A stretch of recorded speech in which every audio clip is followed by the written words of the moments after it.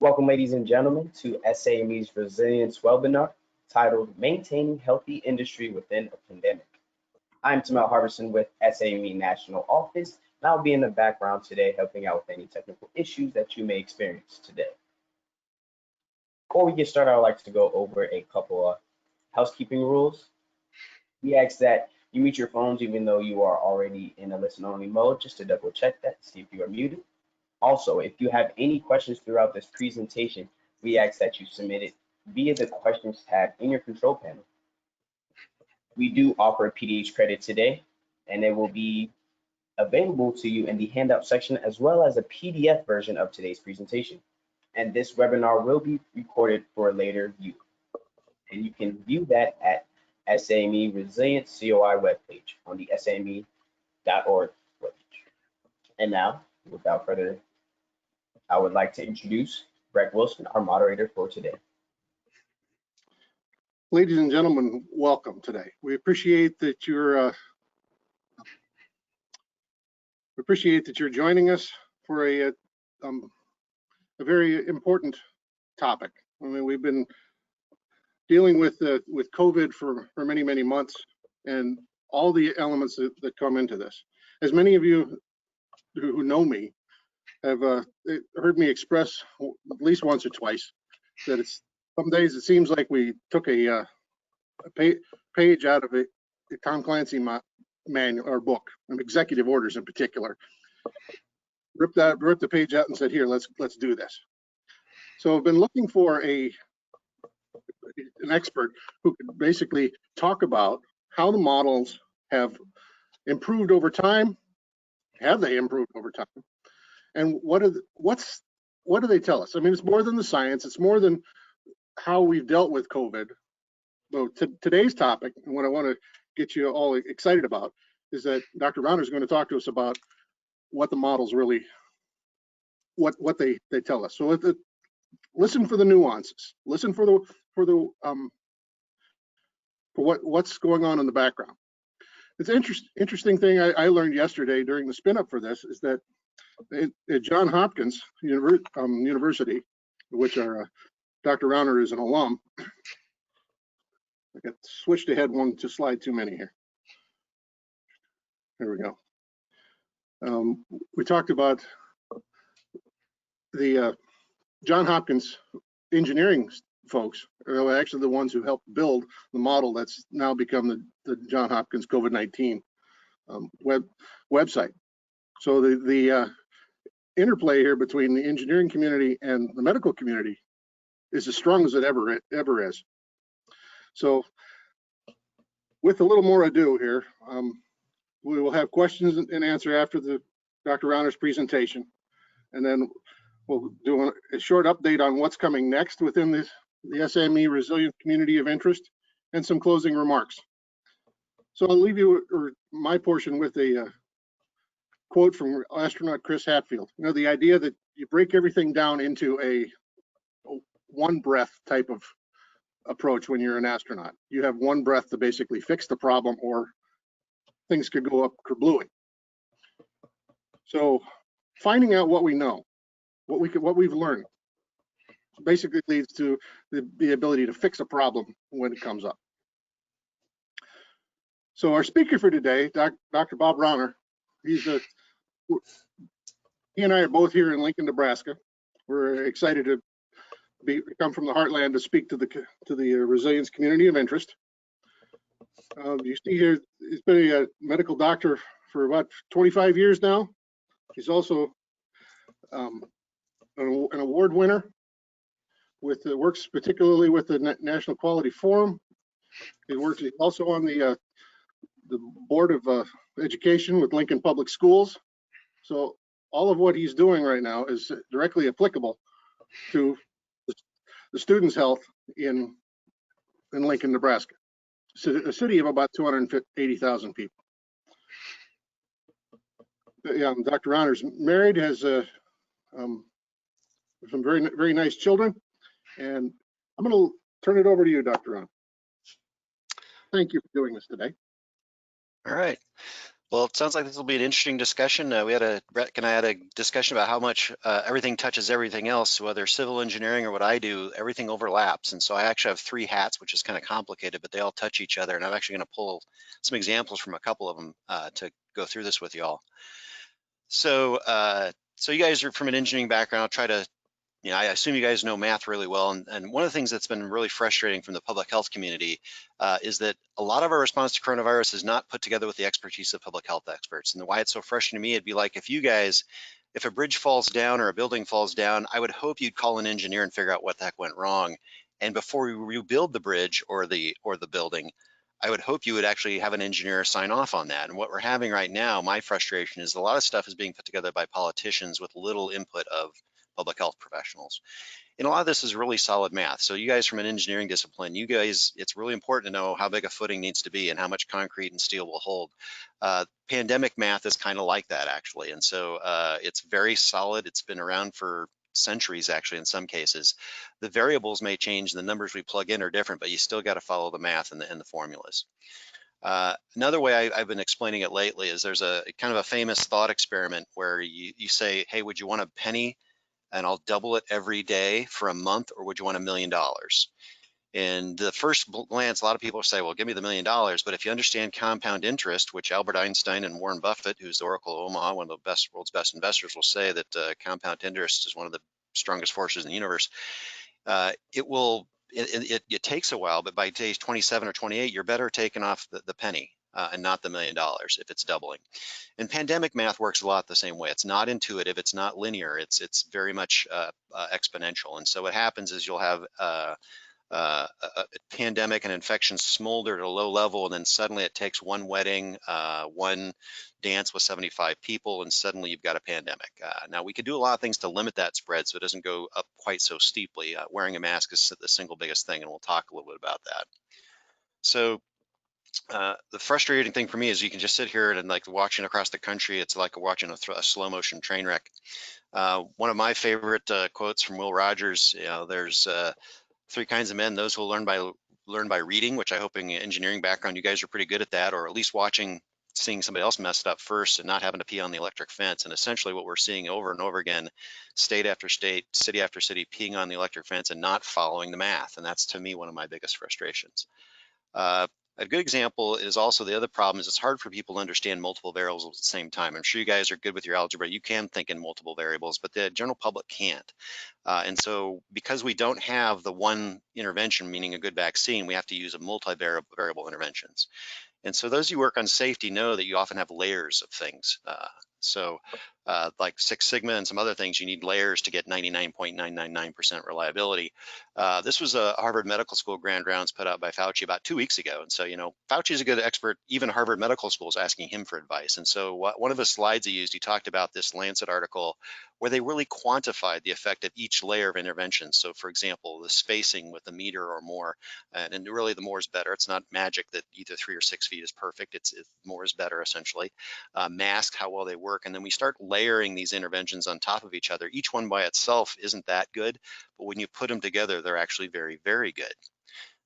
So for example, when you put all these layers together, if you get, like being outside versus inside, that's 95%. A mask, that's 85%. At least 3 feet, that's 82%. You start getting 99+% effective when you start putting these in place. And so my public health came into our Lincoln public schools. We did put a very tight mask requirement in Lincoln Public Schools. And after 6 weeks of having over 30,000 kids in our schools, we've yet to have a single case of within school spread.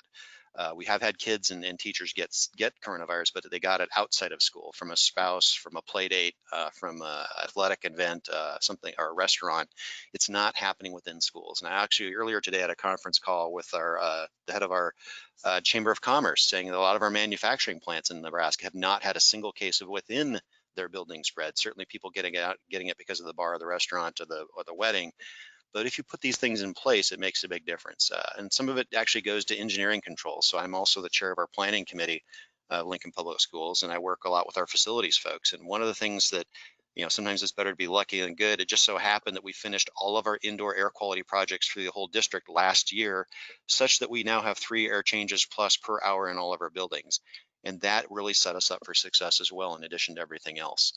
So we do know, for example, that there may be some aerosol spread. So most of it's droplet spread. That's where the mask and 3 to 6 feet mostly get you there. But we have some examples. One of I would use is this a South Korean coffee shop. It was a Starbucks where one person infected 27 other people. It could have been only droplet spread because the person was sitting under an air conditioner. It may have pushed from airflow, pushed droplets out farther. But more and more of us think there is probably at least some aerosol spread, in which case those air changes per hour are going to be really important. And so that's kind of where you guys might get involved. The HVAC folks, you want to turn that up. I know it's more efficient, but you need to get a lot of air changes.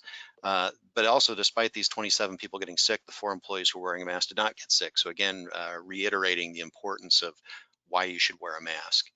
And so I put out these videos of explanation to a lot of folks around the state. I think that's one of the ways Breck heard about me, actually. And so I always start with numbers first, the latest hot topics, and then what you can do as an individual, because we also have our own personal lives, our own families to worry about. So I usually tell people, you got to set your own risk tolerance. What's your baseline risk? And that's your social bubble, who you hang out with. My wife, my father-in-law, some of my coworkers and friends that I trust will maybe loosen things up a little bit. So who's your social bubble you hang out with? But whenever anything is not good enough, I add layers. Mask gives you 85%, 3 to 6 feet, 80 plus, outside versus in 95%. So if you start adding these together, you can create your own risk tolerance for you as an individual, you as a company, whatever.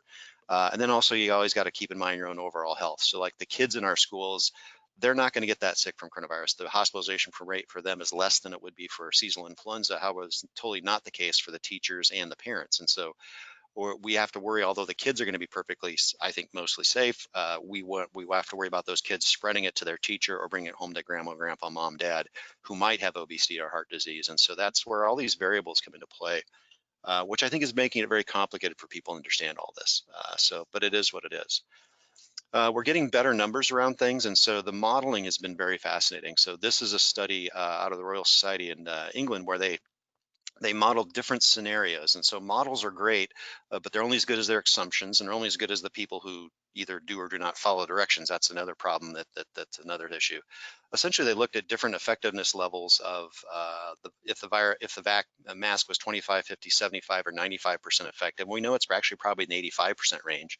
So it's closer to the right side of things. And they modeled the number of how often they were wearing it. So for example, one of the problems we have in schools is we can have the kids wearing masks all day long, except when they're eating. That doesn't work, obviously. So how long do we have them outside of a mask? They modeled two different scenarios, 2 different infectiousness. So there is a herd immunity equation that this R naught or R sub 0 is put into. Most people think that the R naught for coronavirus is in the 2.2 to 4 range. And so they actually modeled multiple scenarios based on how infectious it is. What gets more complicated is how infectious it is partly dependent on our own behavior. And so you guys, from an engineering standpoint, you engineer as best you can, but you can't always predict human behavior. You build a bridge that's solid, but can you really predict that 100 recruits are going to march in lockstep and to the resonant frequency of the bridge and break it? We actually had a Boy Scout troop who did that with one of our little suspension bridges in Lincoln a few years ago and broke it, unfortunately, because they were timing the resonant frequencies. You can't always predict human behavior. And that's why it's been really hard with coronavirus, because we have to not, as good as our models are, we can't predict how smart or stupid the general public is going to be, or what our politicians are going to do, or just the various conspiracy theories that are out there. As someone who's very much a data geek and very much into data, it's maddening to me how masks have become so politically polarized, something that is literally a math and a science question, not political at all, but unfortunately it's become a political badge of whether I wear a mask or not. I think you can argue whether the government can make you wear a mask or not, but you can't argue that the mask doesn't work. The frustrating thing to me is that masks have been used for 100 years. I actually have a neighbor down the street who was literally a MASH surgeon. So those of you who grew up watching MASH episodes, the photo down the right, that is actually a MASH unit. What you see there are surgeons and circulating nurses and anesthesia folks wearing a washable cloth mask. Exactly what we're asking all of you to do right now. Get a washable cloth mask. That works. It's been used in operating rooms for decades now. And the other thing is that there's this weird theory going around that the mask might make them sick. People have been wearing masks in operating rooms, but even not just medicine, people who work in asbestos mitigation, people who work in mold mitigation, people who work in clean rooms wear masks and they're just fine. In my entire medical career, I've yet to have anybody have an occupational issue where the mask, they couldn't do it. There are some rare cases of a contact dermatitis or some people with some panic disorder problems where that would be an issue. Beyond that, there's not a legitimate major health issue because you wear a mask. We have some teenagers who get acne from their mask. They don't like it. One of my daughters has trouble. They call it macne. That kind of sucks, but I'd rather have macne than a dead grandma. So the masks work just fine. It's unfortunate this becomes so politicized, though, unfortunately. So the PDF is out there. So if you want to read all these articles yourself, that third one, the Royal Society on Effectiveness of Masks, is one of those articles. There's interesting, even a CDC Navy study. Some of you may have been followed I think it was the Teddy Roosevelt, how they had their outbreak. They actually, not everybody on the ship wore masks. Some did and some didn't. They actually did a retrospective study and were able to show that the people on the ship who wore masks were much less likely to be infected than the ones who didn't wear masks. And so we have these individual case studies. There was a German study that timed when masks became available across Germany. We're able to show just the availability of a mask in the community dropped transmission by 40%. And there's been multiple review articles. So this is to the point of almost 2 + 2 = 4 solidity as far as do masks work, and they do. A couple other things like Breck was talking about. There's an interesting study. It was in my Johns Hopkins alumni magazine about how this COVID-19 dashboard that is used, it's probably one of the go-to sources for the entire world, started out as an engineering student project. And so if you look at the top, it says Center for System Science and Engineering, not the School of Public Health, because that's not where it started. It was a female engineer who was supervising a graduate student, if I remember the story correctly, and he himself was from the Wuhan area of China, and they had this idea, well, maybe we could do as a project a way to model, study, and spread. They started creating this, and it just kind of grew from there. And so there's a whole division now that's maintaining this website, because literally this is one of the go-to websites. This is one of the things I get up and look up every morning, and it literally started as an engineering student project. And so it's amazing where things can grow sometimes from the most unlikely sources. So that same GitHub, there's a GitHub site where a lot of this data sits. And so one of the things we've done in my organization on the nonprofit side of my life is one of my coworkers, Ted Frazier, he's a good data guy. He started out life as a psychology person, but actually become a data person. He actually felt the GitHub side so we can actually pull that data out and give us Nebraska specific numbers, because it's nice to have something in New York Times. It's good for us here in Nebraska to know what is our county. So Lancaster County is Lincoln, Nebraska. We can basically start plotting this over time. Most people are using a 7-day moving average and see what is it like in our community. And we've actually created this public Tableau site where people can click on their own counties. One of the problems in Nebraska being a rural state is that a rate per 100,000 doesn't make a lot of sense when you have 500 people in your county. And so what we can do is on the right, you can click counties and put them together. So right now, our biggest outbreak is in northeast Nebraska around Norfolk. And so I tell people for Norfolk, you should put the Madison County and the surrounding counties all together. Then it actually gives you some meaningful information you can interpret a little better. And so this is a way for people to have direct access to the data to help inform their decisions. One of the interesting things, like I said earlier, is that other companies are starting to use this actually to decide what we're going to do. We've changed this website based on feedback. One person wanted to know several slices of the data because he's in charge of the water system for a large community. He wants to know what's it look like, what does he need to think about for his employees, planning ahead. What if a lot of people get sick? Who's going to keep the electricity on and the water system running and the sewers going? And so people use this as a way to monitor their own local community. And so the data being out there in an accessible format has been really helpful. Wouldn't have been possible 20 years ago, but now with GitHub and a lot of these public Tableau sites, 1 or 2 smart people can create something pretty cool because data is now becoming more open and transparent.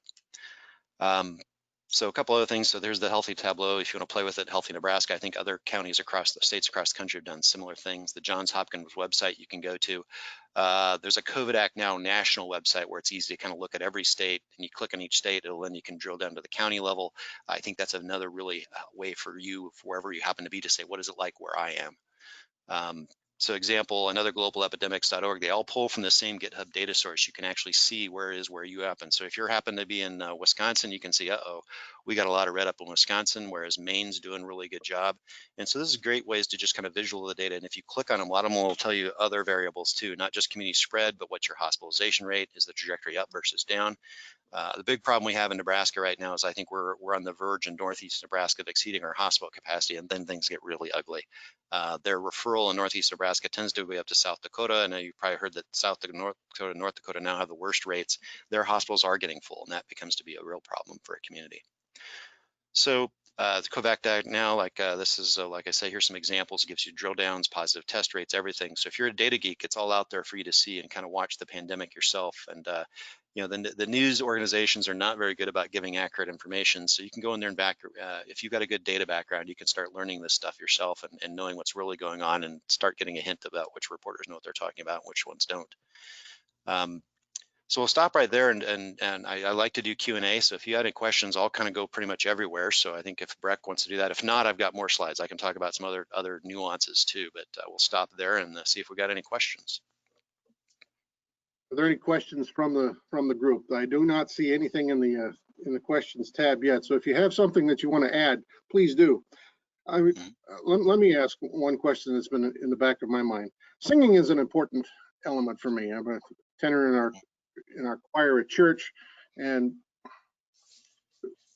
there was a big to-do back in March, April, where the number of people passed away from COVID-related illness because they had been participating in a choir event where they had been stacking chairs and teaching things. And it wasn't necessarily from the singing, and then I go back to ground truthing. So I see a model where somebody, and I had somebody at the Veterans Administration tell me, well, if you have somebody pass wind in a room, you can smell it, right? Okay, but now this model that somebody showed fluid aerosol emanating from somebody's mouth area. And then it started the perpetual motion. And suddenly the whole room turned blue.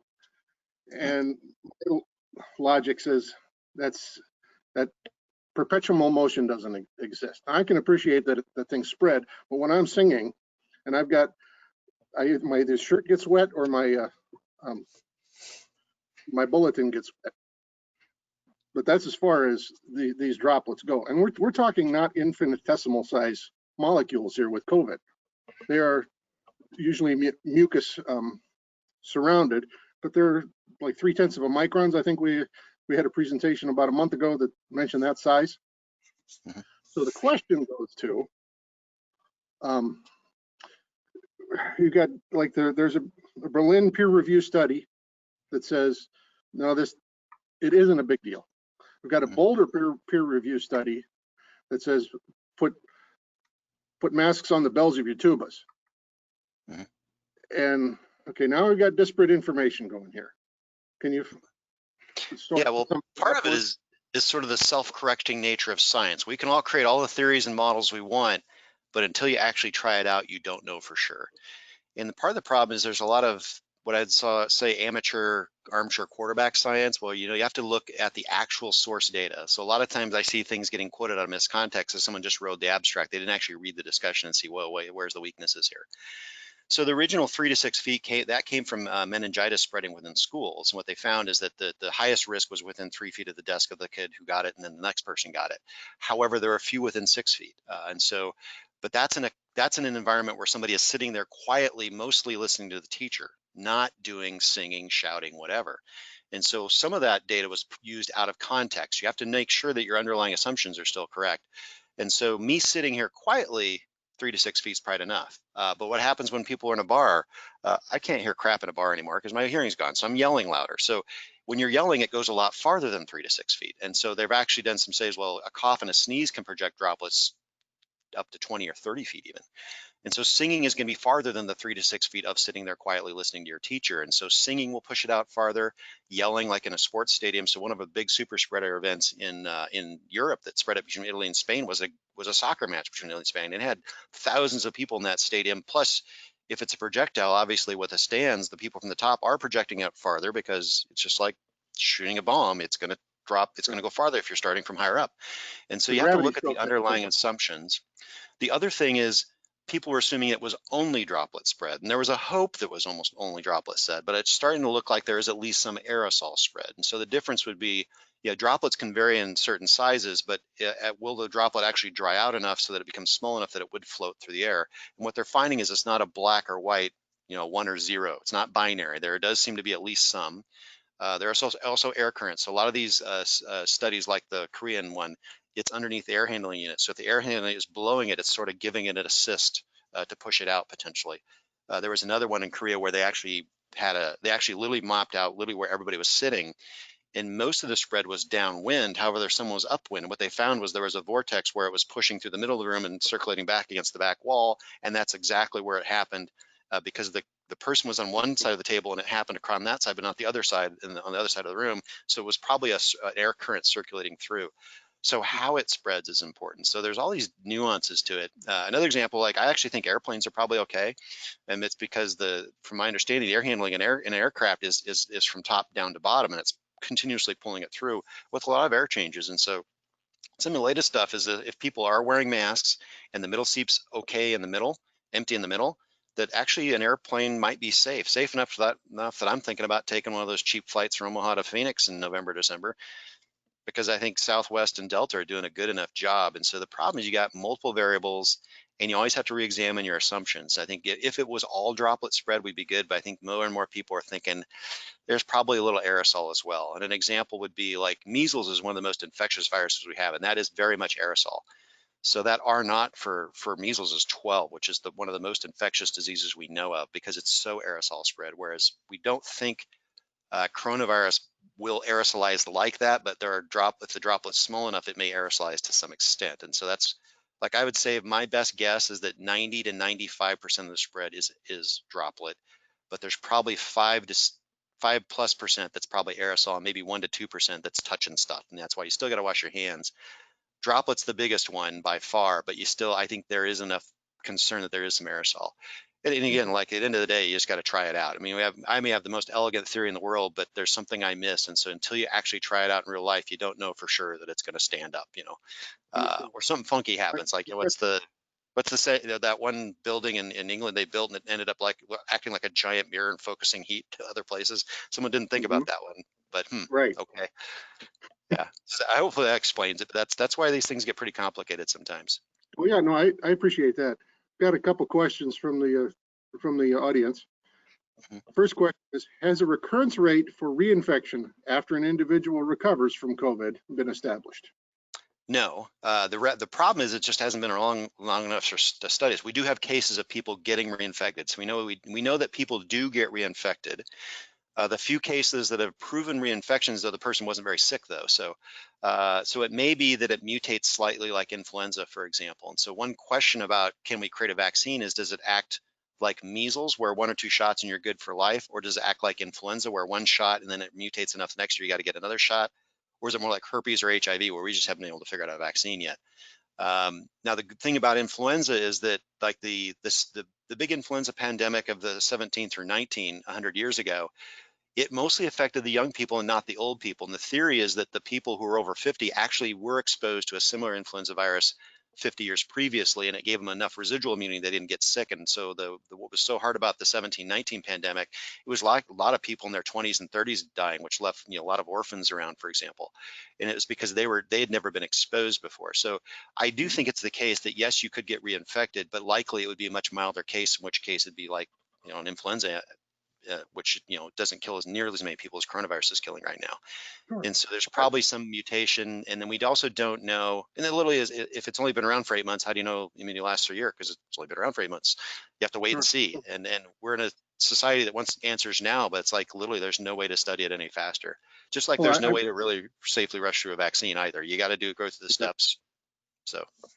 Well, I can appreciate that there's a way to accelerate the vaccine production safely, but we seem to be doing things that we did 100 years ago still come into play. And I've been reading a book that Mr. McCulloch wrote on the history of digging the Panama Canal. And what really struck me as odd was when they were, the public health official at the canal, when the Americans took over, he had been in Havana and it had eradicated yellow fever, and that spread from Havana, and managed to do the same thing after a period of extreme fear in the Panama Canal zone. What the interesting element there was, they figured out how it was spread by one particular type of mosquito, and that it was very prevalent in that area. And what did they do? They built a pressurized water system to deliver fresh water, so they would get rid of all the cisterns, and ergo the breeding ground. So contract tracing, figuring out an engineering solution, really. But we're doing the same things. Same things we did a century ago. Yeah, a corollary that's been interesting. My oldest daughter actually lives in Kyoto, Japan, and Japan is far more urbanized than us. If you've ever been to Japan, I mean, like here in Lincoln, a Husker football day, we think it's crowded. That's Osaka on a Tuesday night at 10 p.m. They're so crowded there. How did they get it to stop in Tokyo and Osaka despite being that tightly packed around each other? Well, it has to do with behavior, and and maybe this is why they've evolved to be that way. So in Japan, they don't do a hug and two kisses when they say hi like they do in Spain or Italy. They also have this the culture of, if I ever get even a sniffle, I put a mask on, so I'm not going to expose anybody. They had that behavior before this all started. So getting the Japanese to wear a mask was no problem whatsoever. They just almost did it already anyway. And so that's probably one of the biggest reasons why it has not spread to near the extent in Eastern Asia that it has throughout, especially Europe. I mean, the reason it spread, one reason it may have spread like wildfire in Spain and Italy, because it's a hug and two air kisses every time you say hi. That's a perfect way to spread a vaccine. Whereas if it's a bow and I keep my distance, that doesn't spread it as much. Plus they wear a mask. So there's these age-old cultural things. I will admit I missed the handshake. The elbow bump is humorous, but it's like, I remember when wearing a mask, that was forbidden, because you didn't know what the guy was thinking, and that was the bad guy would wear a mask or wear something to cover his face. Ergo, that's a means of a threat. Got another question from the field, from the audience.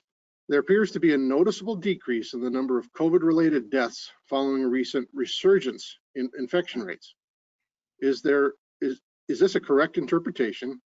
And if so, why are we doing better? Okay, I think there's three good reasons. They may all three be true. The first reason is that we're getting better at treating it. And so the first time this came out, people didn't know, do I start them on a ventilator soon, fast? Do I, what medicines could I use? Do I keep them well hydrated? Do I run them dry? And so what's happening is the critical care doctors and the respiratory therapists and the ICU nurses are learning the tricks of the trade, how to make it work. Some people just get better at it. And so the mortality rate is likely dropping because, one, we just know how to treat it better. They've discovered, I talked to one of our critical care doctors last week about this, is that they've discovered that it's not just the steroids, but the timing of the steroids, because in the first early phase of the virus, you want your immune system to do a good job, but after a while, it looks like it overreacts about hospital day 8 or 9, and that's the way to hit the steroids, because those will tamp down your immune system. And so he says it turns out the timing is really important. And so early on, the mortality rate in the hospitals was pretty high. I mean, there was ICU series where 70% of the people were dying. It's like, yeah, that's not very hopeful. Now we're seeing 10 and 20% in the ICU, and it's because of things like that. They're learning that you actually don't want to put them on the ventilator right away, because that can actually damage their lungs longer term. So they're a little more cautious about when they put you on the ventilator. They learned that actually literally just putting you on your stomach as opposed to on your back makes a big difference, for example.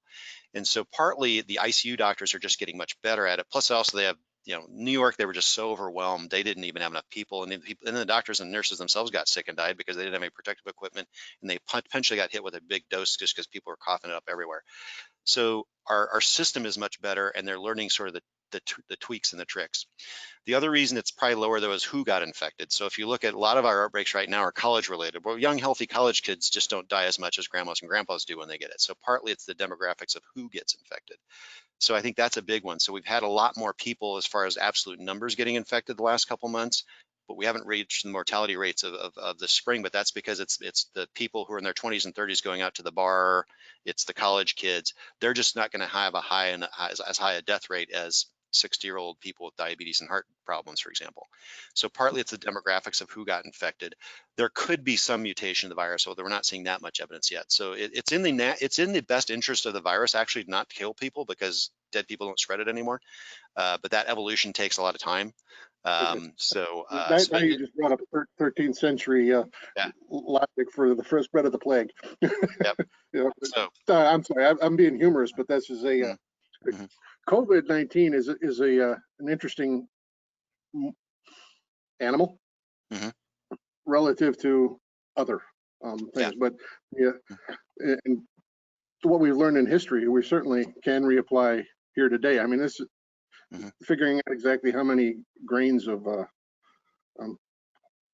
quinine to treat for, or is prophylactic treating for malaria. It's a matter of figuring it out. So it's very encouraging what you mentioned as far as the doctors figuring out the rules and the tricks of the trade, if you will. Another question: the University of Illinois has made news over the past month with a saliva-based COVID test. Is this approach as accurate as the stick the prop, poker up your nose swab approach? And maybe why is the saliva test not spreading more rapidly? It's a complicated question. Short answer, is it as good a test? No. The long answer is, though, it's still worth it, though, even though it's not as good a test. And the reason is that it comes back really quickly. So if I could have a mediocre test that I could do and have 15-minute results and give it 4 days in a row, I'd rather have that than shove it back into the brain biopsy test, because it takes 4 days to get the results back. So if you may have, let's say, Breck, you have coronavirus right now. If you go to test Nebraska, you might not find out for a week. Well, that doesn't help me as much. I want to know today, do you have it? So for example, if I want to go on a plane flight, wouldn't it be nice to have a result now? And then I could know whether I get on the plane or not. And if it's cheap, rapidly available test, I can do it multiple times in a row. So for example, if I'm going to go to Phoenix on one of those cheap flights in Southwest, yay, I could actually, if I had that spit test, I could do one 4 days in advance, 2 days in advance, the day of travel, have 3 negatives. And so even though it's not as sensitive, I have 3 times to look at it. And so I think one of the game changers would be cheap but rapidly available testing, because the problem, and in some ways, one reason coronavirus is such a perfectly evolved virus in one standpoint is that most of the infections happen before you get symptoms. So you're spreading it before you know it. And it's the asymptomatic spread and the long incubation phase is why this has spread so hard, and it's been so hard to stop, because if you get exposed today, you got to quarantine for 14 days. You get a test tomorrow, that doesn't mean you're okay. You have to wait till 14 days, because you could turn positive 14 days from now, and the test wouldn't turn positive either. And that's what's making this so hard. So, but if we had rapid testing, I can take you out of circulation, so to speak, really quickly. And so, there was the announcement a few days ago about the 150 million rapid tests. Unfortunately, that's not near enough, actually, because 150, that's only enough for every other person in the country. We want to do serial testing. They got to ramp up the production. So part of it, it's supply chain issues. 150 million sounds like a lot, but not when you want to test 10 people per, it's still not enough. Basically, you get that's enough for every other person today. Yeah. Now, what we could do, and what I hope will happen, is that'll give us enough that we can at least do some surveillance testing. So a very specific scenario is we're getting push as a school board member, we want to bring all the kids in high school back, not 50-50. Well, if I bring all the kids to high school, back to Lincoln High School, for example, when they're in that lunchroom, do we now hit a critical threshold where there's enough aerosol spread, now it spreads to everybody? How would we know that? Well, we won't know it because a lot of those kids are going to be asymptomatic. We won't know it until they go home, infect their moms and dads and grandma and grandpas, and some of them die. I'd rather find out before that.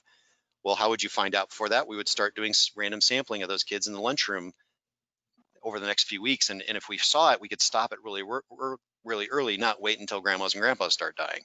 And so that's where the rapid and surveillance testing is going to be a game changer. It would really help us stop it. And then there's a guy named Michael Mina out of Harvard. And if you've ever seen his stuff, I actually think his theories are spot on.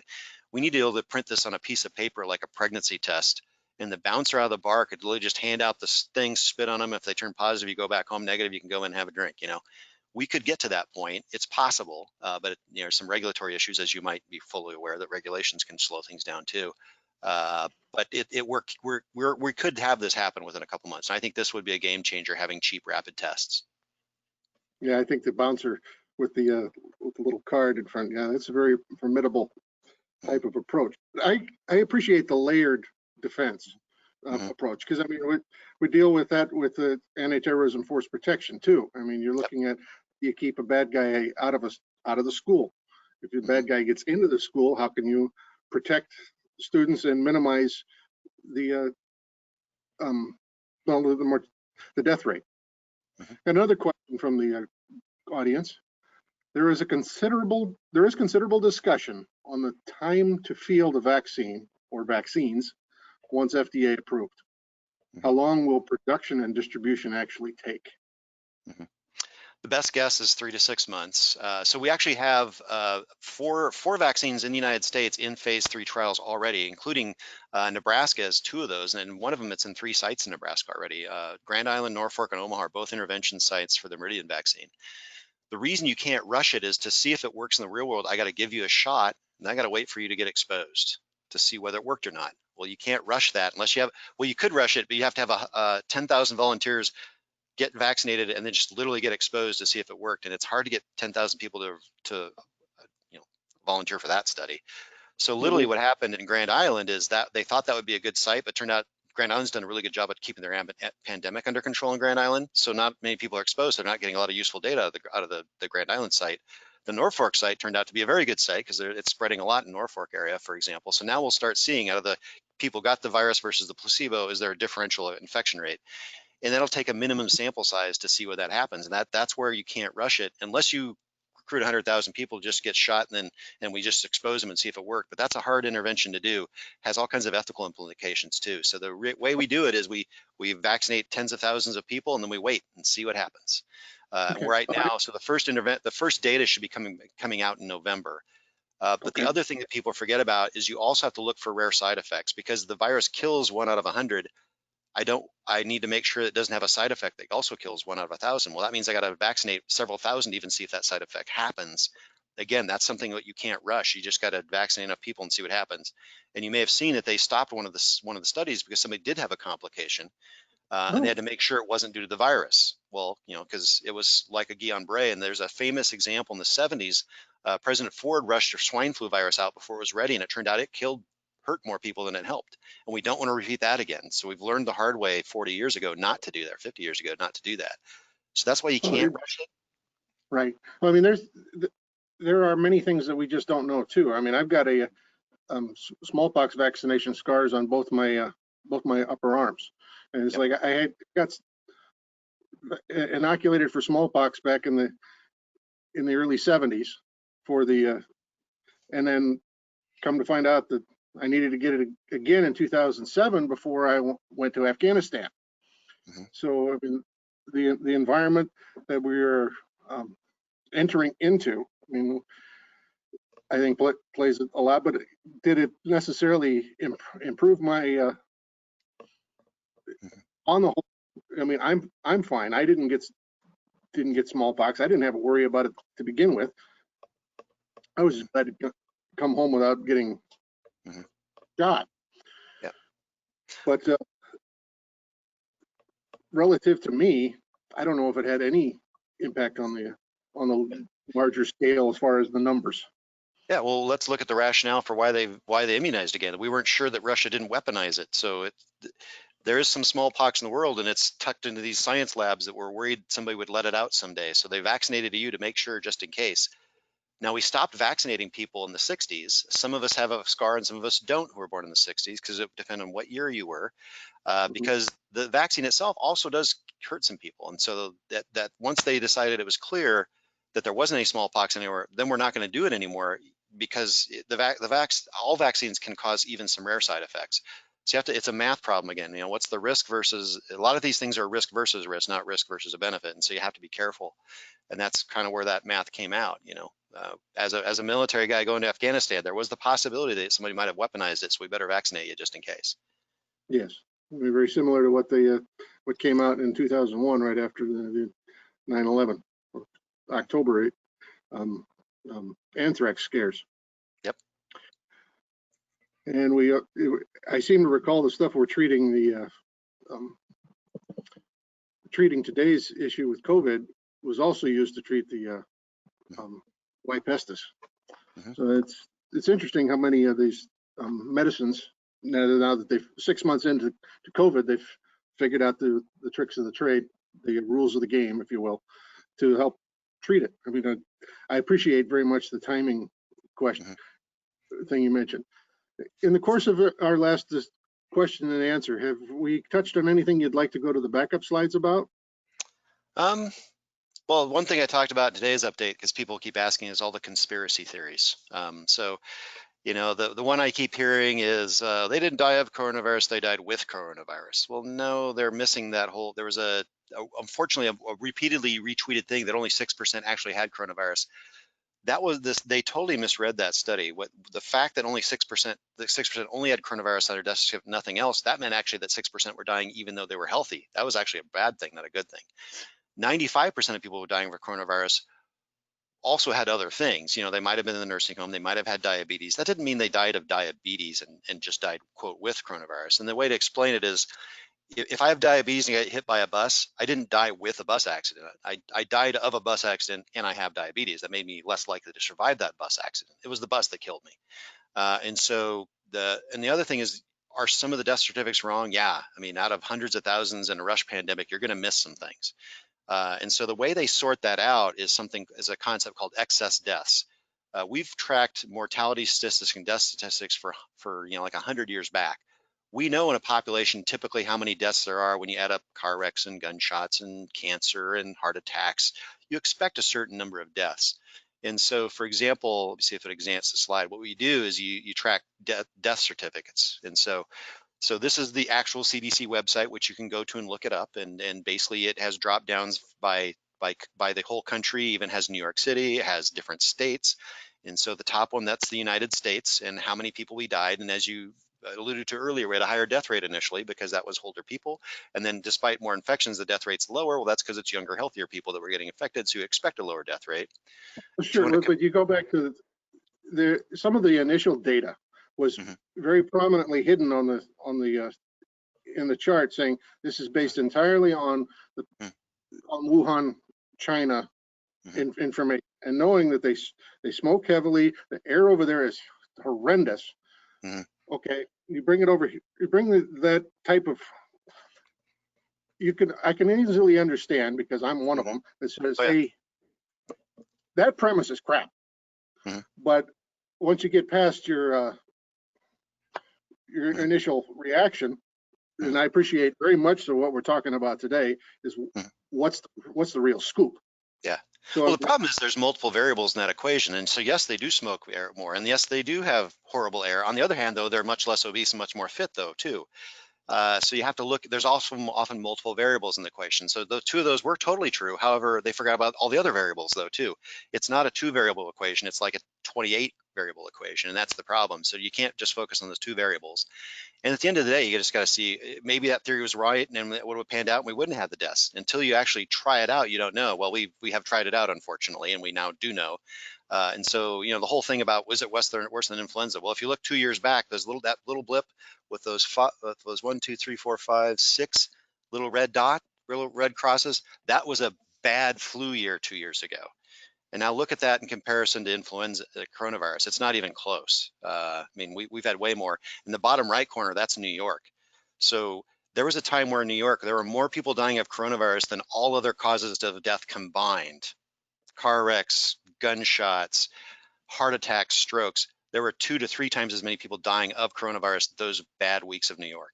So that's how bad it got in New York, and we don't want to be like that. So, and then New York learned the hard way first. Then we go to the next, and then where we got Arizona and Texas, who learned the hard way second. They didn't pay much attention to what happened in New York. They said, oh, that's these weak liberal New Yorkers. It's not going to happen to us. And then what happened? Well, unfortunately, it did get out of control in Arizona and Texas, and now they're learning the hard way. Now they have mostly gotten it under control, especially Arizona, actually. Arizona's numbers, now they're one of the top 10 states in the country as far as getting it under control, but they kind of put a mask ordinance in place. They started doing the right stuff to control their pandemic, basically. And so now Arizona's numbers are dropping and they're looking awesome right now. So the next question is who's next? And it's going to be South Dakota, North Dakota, Wisconsin. So Nebraska We got, there's more variability here because Nebraska is a small state, smaller sample size is going to get some more unusual results from time to time.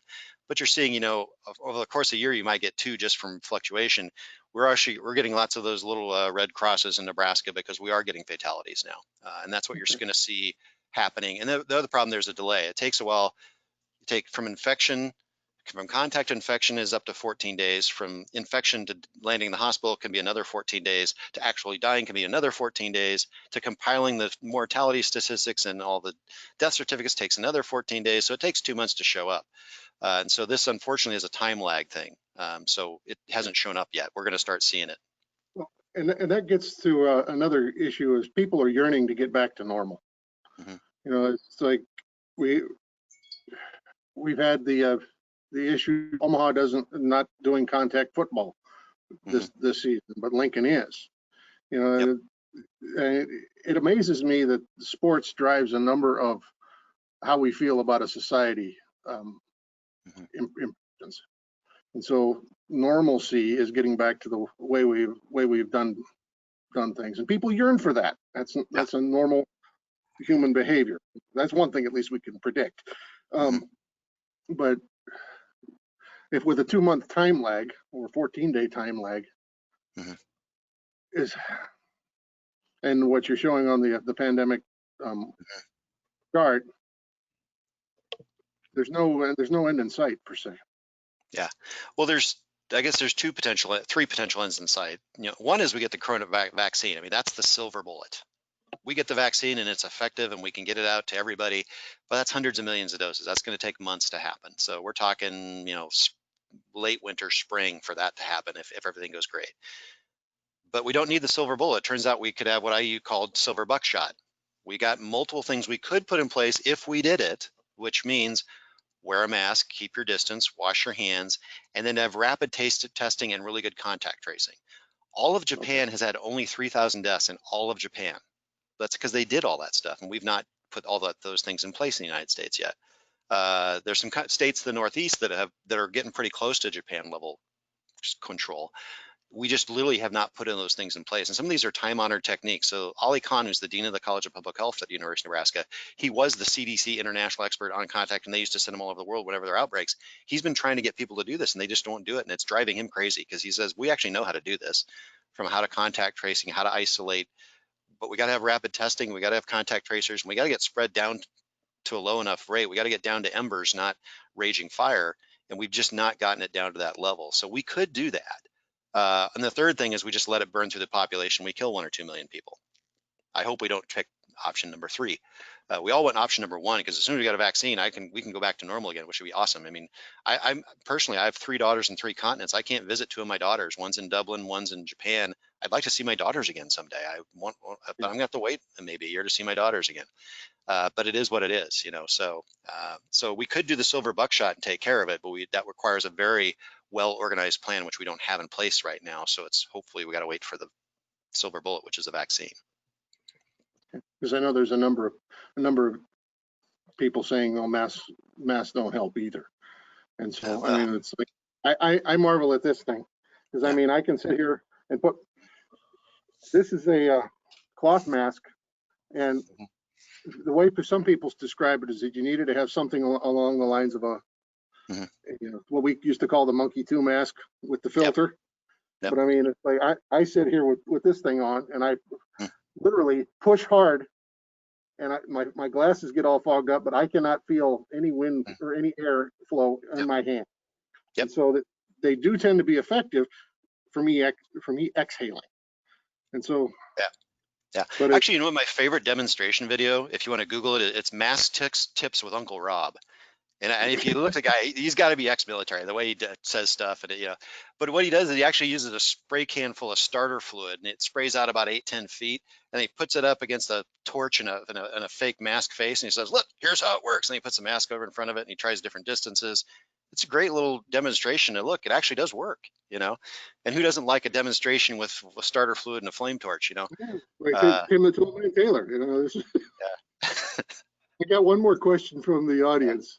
Is there anecdotal reports in the news about long-term side effects following COVID illness? What are the most common, And is there any understanding yet on why these occur? Yes, they're calling it long hauler syndrome is the term right now. There's a great podcast from Michael Osterholm. I'm not sure if I've got it later on. It's a SIDRAP podcast. Let's see. Yeah, here it is. Michael Osterholm. He calls it long haulers. It's episode 24. The problem is it hasn't been long enough for studies. We do know there's a significant amount of people who get what they call a long hauler syndrome, and it acts kind of like chronic fatigue syndrome and some of these inflammatory diseases like lupus. We don't know enough about it yet because literally it hasn't been around enough. We don't have enough numbers yet. What we don't know is what percentage it happens. Is it 1% of the people or is it 10%? That's what we don't know. We don't know how common it is. And that's why not to just go say, forget it. I just want to get herd immunity. I'm going to go get it. Well, you don't know if you're going to be the long hauler. And it seems to be more common in young people, actually. So yeah, although most young people don't die or land in the hospital, more of them get this long hauler syndrome, and they're still just discovering what it does. And the question is it treatable and how long will it last? Is it going to last 3 months or is it going to last the rest of your life? We don't know that yet.